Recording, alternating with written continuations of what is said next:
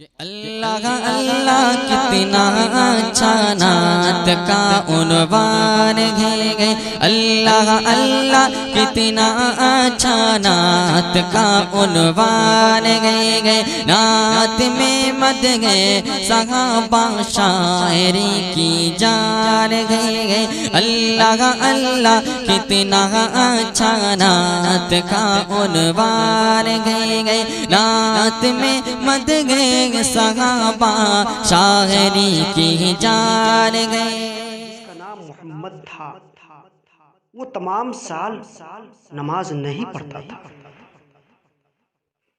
جب رمضان شریف کا متبرک مہینہ آتا تو وہ پاک صاف کپڑے پہنتا اور پانچوں وقت پابندی کے ساتھ نماز پڑھتا اور اپنی سال گزشتہ کی قضا ہونے والی نمازوں کو بھی پڑھتا۔ لوگوں نے اس سے پوچھا تو ایسا کیوں کرتا ہے؟ پورے سال نماز نہیں پڑھتے، پورے سال تم جھوٹ بولتے، پورے سال جمعہ تک کے تم نہیں پڑھتے، پورے سال تم ایسے ہی بے حیائی بے شرمی میں گزار دیتے، پورے سال تم مسجد کے دروازے پہ قدم تک نہیں رکھتے، لیکن آخر رمضان شریف کا جب مہینہ آتا ہے تو اتنا اہتمام تم کیوں کرتے ہو؟ اتنا بہتر اچھے کپڑے پہنتے ہو، روز نہاتے ہو، غسل کرتے ہو، آخر اتنے بری باتوں کا عادی، جھوٹ بولنے کا عادی، نجس رہنے کا عادی اور اتنا پاک و شفاف صاف ستھرے صرف رمضان کے مہینے میں ہی کیوں ہو جاتے ہو؟ آخر باقی مہینوں میں باقی دنوں میں تم ایسے کیوں نہیں کرتے؟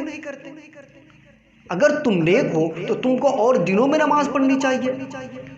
جیسے رمضان میں سب سے پہلے تم اذان کے لیے تیار ہو جاتے ہو کہ اذان میں ہی دوں گا۔ رمضان میں تم سب سے پہلے صف اول میں پہلی صف میں کھڑا ہونے کے لیے سب سے پہلے مسجد میں داخل تم ہی ہو جاتے ہو، باقی دنوں میں نہیں ہوتے۔ رمضان کے مہینے میں تم افطار بڑے زور و شور سے کرتے ہو اور کسی سے زیادہ برائی والی باتیں نہیں کرتے، لیکن رمضان کے علاوہ تم بدتمیزیاں کرتے ہو، اس قدر بدمعاشیاں کرتے ہو، لیکن آخر رمضان آتے ہی کیوں ایسا کرتے ہو؟ لوگوں نے جب اس سے پوچھا کہ تو ایسا کیوں کرتا ہے، میرے دوستو اس بات کو اب غور سے سماعت فرمائے۔ اس نے جواب دیا کہ یہ مہینہ رحمت کا ہے۔ پورے سال ایک نہ نماز پڑھنے والا، جوا باز، تاش باز، ہر طرح کی برائی میں انوالو رہنے والا، وہ دیکھیے شرابی، وہ بے حیا جس کو حیا کا بھی لحاظ نہ ہو، اس نے کیا جواب دیا؟ لوگوں نے پوچھا، کہا کہ یہ مہینہ رحمت کا ہے۔ تو ایک شرابی بھی جانتا ہے کہ مہینہ یہ رحمت کا ہے۔ رمضان کا مہینہ آیا تو پوچھا کون سا، یہ کیا ہے، کیوں اس میں اتنا اہتمام کرتے، کیوں اتنے اچھے کپڑے پہنتے؟ بولے یہ مہینہ رحمت کا ہے، برکت کا ہے اور توبہ و مغفرت کا ہے۔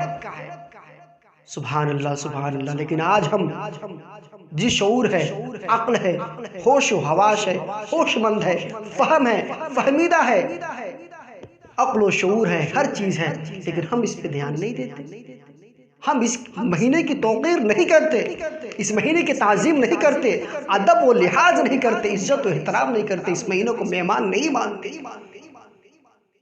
لیکن ایک شرابی تو جانتا ہے نا کہ رمضان یہ میرے لیے ایک مہمان ہے، ہم اس کی تعظیم نہ کریں تو کون کرے گا؟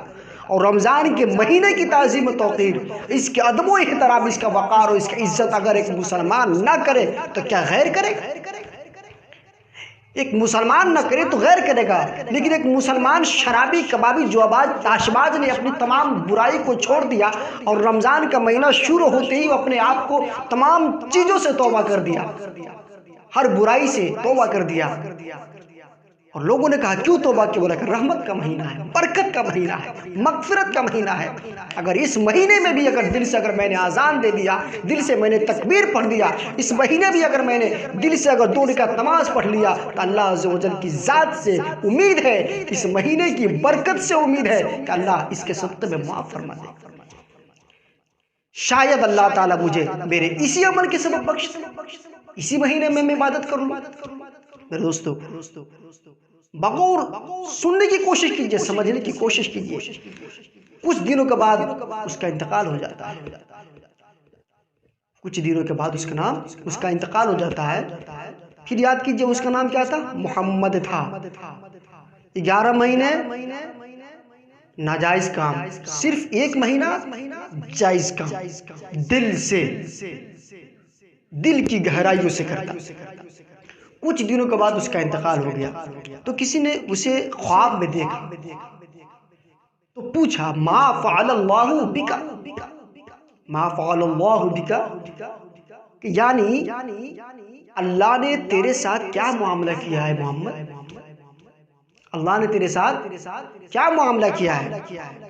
اس نے جواب دیا کہ پوچھنے والوں، سوال کرنے والوں، میرے اللہ نے، میرے پروردگار نے، میرے خالق نے، میرے مالک نے، میرے مولا نے، میرے ماوا نے، میرے ملجا نے، میرے پالنہار، مجھے رزق دینے والا، مجھے پیدا کرنے والا وہ رب مجھے رمضان شریف کی تعظیم، رمضان شریف کی عزت، رمضان شریف کی وقار، رمضان شریف کا احترام، رمضان شریف کی بابرکت مہینے کا توقیر کرنے کے سبب میں مولا نے مجھے بخشش فرما دیا۔